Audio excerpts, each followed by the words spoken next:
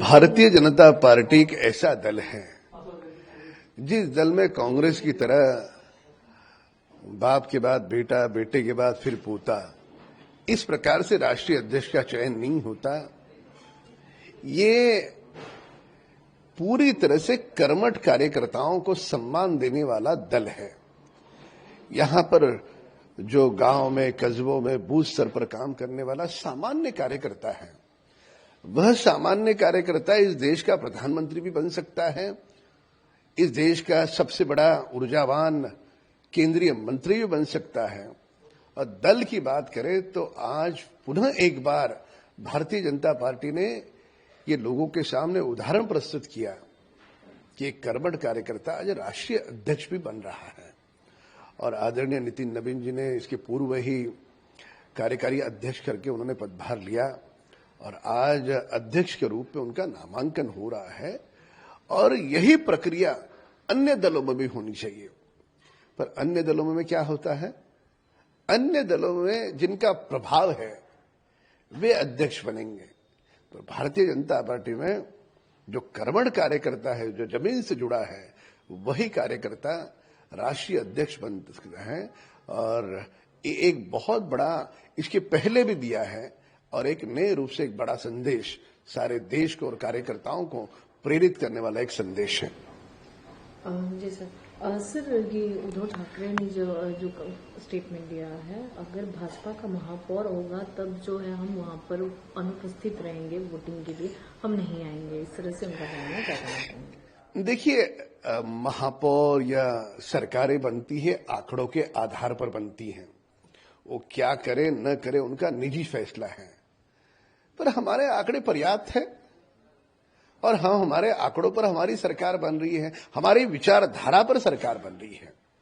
और मुंबई के लोगों ने यह तय किया है कि 25 वर्ष श्रीमान उद्धव ठाकरे जी ने मुंबई को लूटा, जानबूझ करके मुंबई की सीमेंट कंक्रीट की सड़कें नहीं की, डांबर की क्योंकि उसमें पैसे खा सके, खिचड़ी में, दवाइयों में पैसे खाएं। तो ऐसे श्रीमान उद्धव ठाकरे को घर बिठाने का कॉल मुंबई की जनता ने दिया और मुंबई की जनता ने हमें सरकार बनाने का कॉल दिया है। हम स्पष्ट आंकड़ों के साथ जीत के आए हैं। कोई आंकड़े धुंधले आंकड़े नहीं है, इसलिए आंकड़ों के आधार पर सरकारें बनती है। खैर, वे उपस्थित रहे न रहे उनका निजी फैसला है, उस पर मैं टिप्पणी नहीं करूंगा। पर मुंबई की जनता के मन में और महाराष्ट्र के लोगों के दिलों में जो व्यक्ति, जो हिंदू व्यक्ति, मराठी व्यक्ति मुंबई का महापौर बन यह था, तो बहुत ही जल्द उसके नाम का चयन होगा, उसकी घोषणा होगी। और मैं पहले भी कह चुका हूं कि छत्रपति शिवाजी महाराज की जय बोलने के बाद जिसका खून खौल उठता है, जिसकी मुट्ठियां बांध करके जो जयकारा करता है, ऐसा व्यक्ति बहुत ही जल्द मुंबई का महापौर बनेगा। सर, ये पीएम मोदी को जो है आदरणीय मोदी जी को धीरे धीरे सारा विश्व एक विश्व नेता करके स्वीकार कर रहा है। ये हमने इसके पूर्व भी देखा। विश्व के कई सारे देशों ने उनको उनके देश का सर्वोच्च पुरस्कार दिया है। और आज जब विश्व के कुछ हिस्सों में युद्ध चल रहा है, उस विषय को लेकर के अमेरिका के राष्ट्राध्यक्ष जब बोर्ड ऑफ पीस बनाते हैं और उसमें आदरणीय प्रधानमंत्री मोदी जी को निमंत्रण देना कि आप भी उसमें सम्मिलित होना, मैं ऐसा मानता हूं कि ये केवल मोदी जी का नहीं, हमारे इस देश में रहने वाले 140 करोड़ लोगों का सम्मान है। और यह सम्मान आदरणीय मोदी जी के कारण ये भारत की छवि दिन ब दिन ऊपर उभर रही है। एक कर्मठ नागरिक होने के नाते मुझ जैसे करोड़ों करोड़ों लोगों को इस बात का अभिमान है। सर, कल्याण डोंबिवली से ठाकरे गढ़ के 3 कॉर्पोरेटर्स जो है वो शिंदे गढ़ के संपर्क में है, वहां पर महापौर बनने की रेस में, क्या कहना चाहेंगे?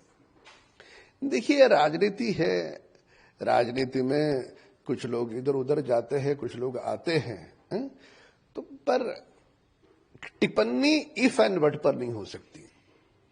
जब कोई वास्तव में आएगा तब उसके ऊपर हम ऑफिशियल उस पर टिप्पणी देंगे। पर यह बात तय है कि पूरे महाराष्ट्र में 29 महानगर पालिका में लगभग 23 से अधिक महानगर पालिका में हमारी सत्ता आ चुकी है और 4 महानगर पालिका छोड़कर एक भी महानगर पालिका में मनसे का एक भी पार्षद नहीं है। उबाटा की बद से बदतर स्थिति है।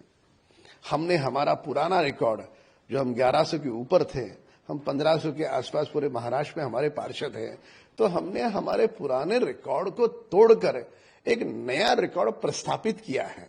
और यह रिकॉर्ड हम इस कारण प्रस्थापित कर पाए कि महाराष्ट्र के आदरणीय मुख्यमंत्री देवेंद्र फडणवीस जी का विकास का काम, आदरणीय प्रधानमंत्री नरेंद्र मोदी जी की छवि, इन सारी चीजों के कारण हम इसको जोड़ पाए। और हमारे जो बाकी दल है, उबाटा हो, कांग्रेस हो, ये तो हाथ की उंगलियों पे भी गिन नहीं पाएंगे, ऐसी स्थिति में है। इसलिए मुंबई और महाराष्ट्र में सबसे बड़ा दल भाजपा है और भाजपा की बराबरी करने के लिए भी कम से कम ऊपर से अगर देखें तो 10 आंकड़े छोड़ने पड़ेंगे, 11वें के बाद दूसरों का नंबर है। सर, ये उमर खालिद को लेकर जो है, जो chief justice of India Chandrachud है, उन्होंने कहा है कि उन्हें जो है पूरा अधिकार है ट्रायल का उमर खालिद को, और उन्हें जो है अपना स्टेटमेंट पेश करने का भी पूरा अधिकार है। क्या कहना चाहेंगे इस लेकर? देखिए, जिस प्रकार का घिनौना अपराध उन्होंने किया है, उस अपराध की क्षमा एक सच्चा भारतीय कभी उन्हें कर नहीं सकता, और उसी प्रकार का दंड न्यायपालिका ने दिया है। पर हमारी न्यायपालिका पारदर्शी है। हमारी न्यायपालिका हर एक को न्याय मिले, वह अपने दलील को प्रस्तुत करे, इसका मौका देती है। और वही बात का उच्चारण आदरणीय न्यायाधीश जी की ओर से हुआ है। पर उसके अपराधों को एक भारत का एक नागरिक कभी भी क्षमा नहीं करेगा। सर, वीवी जी राम जी बिल को लेकर जो है राहुल गांधी ने तंज कसा है, कहा है कि ये जो है एक रेवड़ी की तरह है। इसके साथ ही उन्होंने कहा है कि मजदूरों से जो है उनका काम का अधिकार जो है वो चोरी किया जा रहा है इस नए बिल को लाकर। क्या कहना चाहेंगे? एक तो राहुल गांधी जी का अध्ययन अधूरा है, या तो राहुल गांधी जी बोलने में जल्दबाजी अधिक करते हैं। यदि उस बिल का वे अध्ययन करें तो उनको पता चलेगा कि मजदूरों को न्याय दिलाने वाला बिल है। इसके लिए बहुत अधिक टिप्पणी करने से बेहतर राहुल गांधी जी पुनः एक बार उस बिल का अध्ययन करें, और अध्ययन करते करते राहुल गांधी ये भी अध्ययन करें कि आपको देश की हर चीज खराब लगती है, और इतनी नहीं, विदेश में जाकर भी आप देश के विरोध में बोलते हो, तो कम से कम जिस देश में आप बड़े हुए, जिस देश का खाया पिया, जिस मिट्टी को आप अपने बदन में लेकर के आप बड़े हुए, उस देश की तो जयकारा किया करो। राजनीति, सरकारें आएंगी, सरकारें जाएंगी, पर जो गरीब है, मजदूर है, किसान है, उसके हितों में यदि कोई बिल आता है तो प्रतिपक्ष या विरोधी पक्ष करके टिप्पणी करने की जगह एक सकारात्मक दृष्टिकोण की कहीं ना कहीं कांग्रेस दल और राहुल गांधी में कमी है।